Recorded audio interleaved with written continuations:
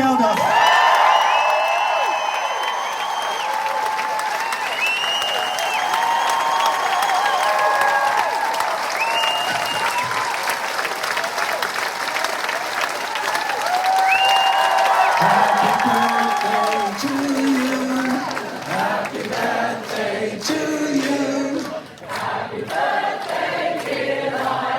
They don't even know it. Happy birthday to you. Hip hip.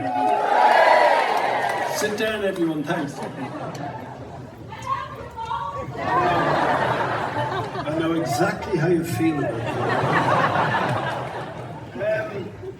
First, seriously?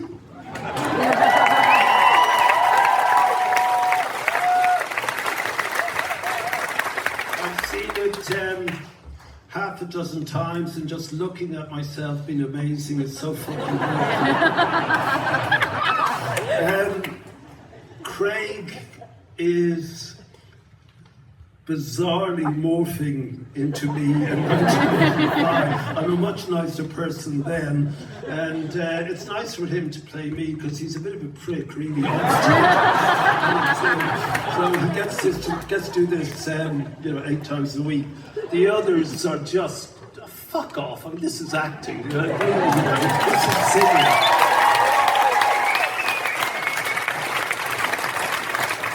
And somehow John O'Farrell, the writer, has telescoped all of that madness and that panic and that exhaustion into a 2-hour entertainment that makes you just exuberant and panicked and sad yourself. That the society that was, as exemplified by the younger people in the cast in 1985, has been almost reproduced with those thugs like Trump and Vance and Musk, and this new death of kindness that seems to have occurred.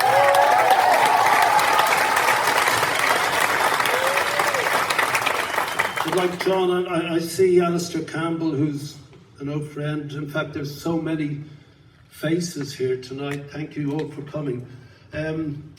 As John wrote, it's only this sort of gathering together that stuff can be resolved. I'm constantly asked about why not do a live aid for Palestine and stop that horror and that carnage.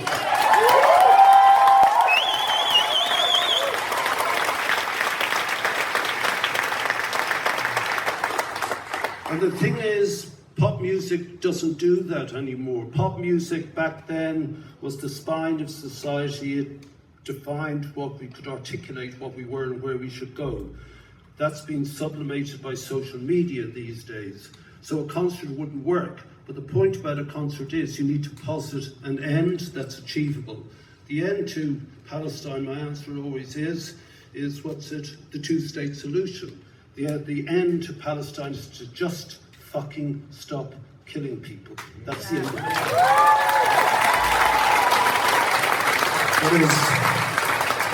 As Bob and Craig say, pop music can't do that. So that demands proper politics, and unfortunately the bravery of that simply isn't around now. So we just have to imagine those other times when you could tilt the world a little on its axis. And these people 8 times a week remind us of that. And that for Band-Aid is the strength of this. Never mind that these people, by doing their job so rigorously, so brilliantly, have contributed to Band-Aid already hundreds of thousands of pounds that have built hospitals and well done, thank you guys. The band.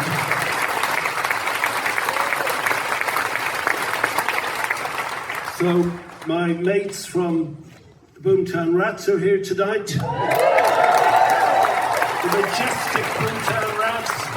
But I've got to tell you, I was talking to Pete, who's been playing with me for 50 odd years. It's our anniversary this year. What a fucking band, are you kidding me? It's amazing.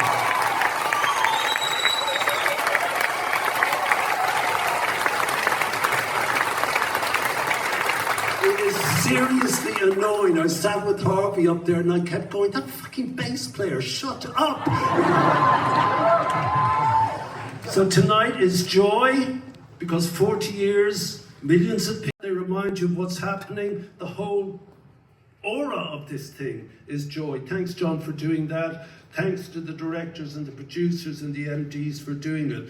But just so you know how real this is, I'm going to bring out the people who are represented here tonight.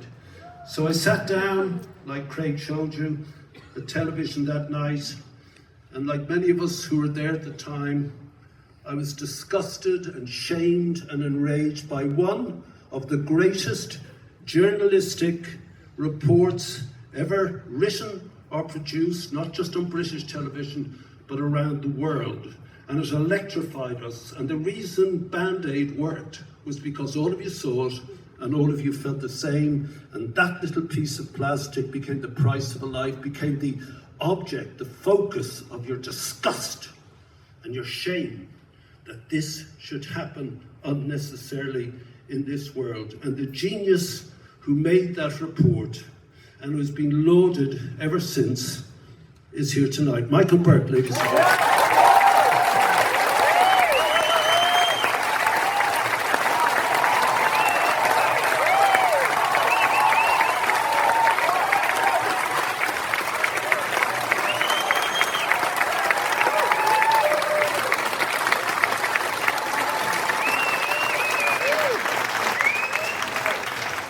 I don't have your way with words, particularly the F word. You know? It's the BBC. Okay.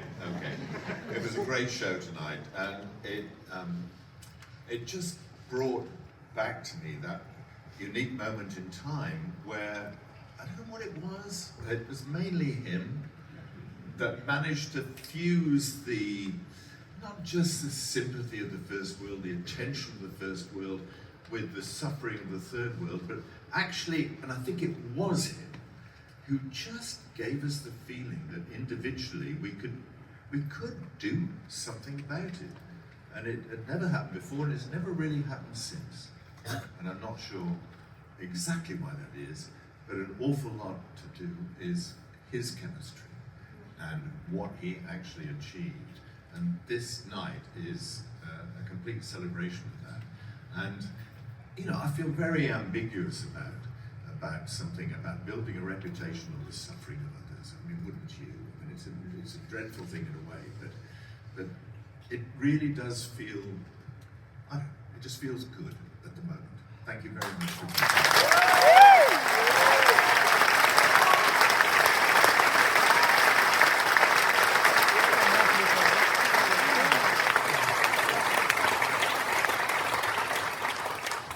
What struck me in that report, for 40 years I've been asked about this report, and I'm sorry, I break into tears when the images that Mohammed Amin shot and Michael chose to use against his focused narrative, focused words. There were several things in that are fixed in my mind, although I've trawled through this misery many times, this horror, as Craig so brilliantly evinces in his soliloquy. The one that remains is in the middle of the burnt lands, in the middle of the hungry lands, was this young, white girl from the Shires or somewhere with her accent. And around her is some, in my mind it's butter oil, but it could be something she had to distribute, tiny amount, and lines of hungry people. And the parents had put their children in the front, these elegant people. And what I remember, and maybe my mind has morphed this into something, is she'd no more left to give, as they just queued up. And finally it got to a little chap, in my mind again, of about 5 or 6, and Claire had no more to give. And the little fellow didn't complain, just accepted. And he laid his weary head on his tired arm, which was resting on the stone wall that he could lean on. And he died. And the woman who has stayed fixed in my mind as this young thing thrown into this desperate alien world, and who has motivated me ever since, is here. She was a nurse then, she's an expert now. Ladies and gentlemen, Claire Birching.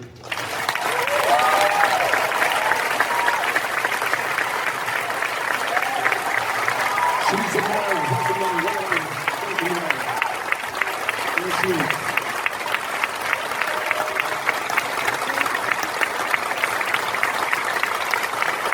Well,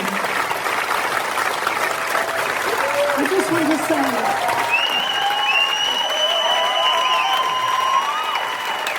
thank you.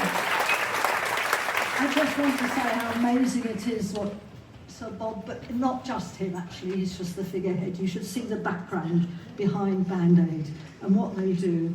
And if you look on the Charity Commission, you can see that they don't spend their money on themselves for their trips. They are really one of the best charities that I know about. And I do remember some words you said when I was out there, and that was, I had a feeding centre of 500 children, and one day I went out there and I had 60 or 70 places. And outside they had 10 rows of children. What you didn't say, each row was 100 children, that's 1,000 children. I only had 60 or 70 places. They all had just skin dripping off their bones, no muscle, no fat. And I knew those who I turned away would die within the next few days. We didn't take the ones who were the worst, because I took the ones who had a spark of life in their eyes, because the ones who were the worst, we knew they would die within 2 or 3 days, if not sooner. And turning them away was terrible, and that's something that I will hold always and never forget. So thank you very much for everything, and please, 10% of I don't know if you said that, I didn't hear, of income of this theatre and everything that they do goes to Band Aid, so please continue to give.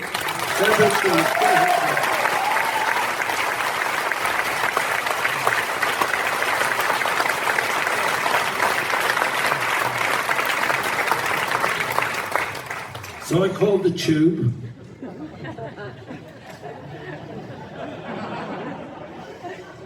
And I'm not sure that I thank God that Midge was at the other end of that call, because if it was someone else, they'd have probably just said, you know what, Bob, it's not my thing, or I'm touring. But Midge was at the other end. And he said, yeah, but let's just write a fucking song and see what happens. Ladies and gentlemen, Midge.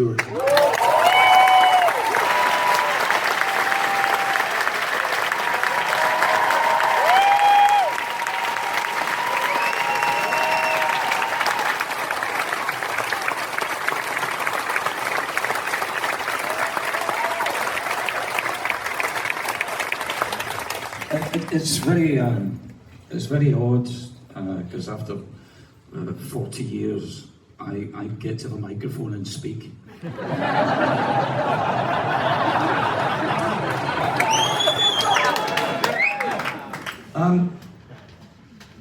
These guys are phenomenal, not just because they are brilliant at what they do, but as it's said in the performance you've just seen, they are the next generation. We are trying to hand on the baton that we kind of helped each other create. It's phenomenal. I have to tell you, the producers of the programme, just before the doors opened today, asked Bob to not be political.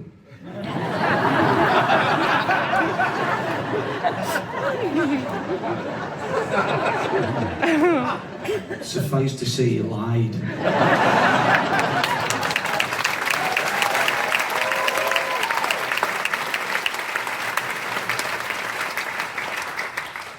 sitting watching there, I remembered how good the music was, how brilliant this band was.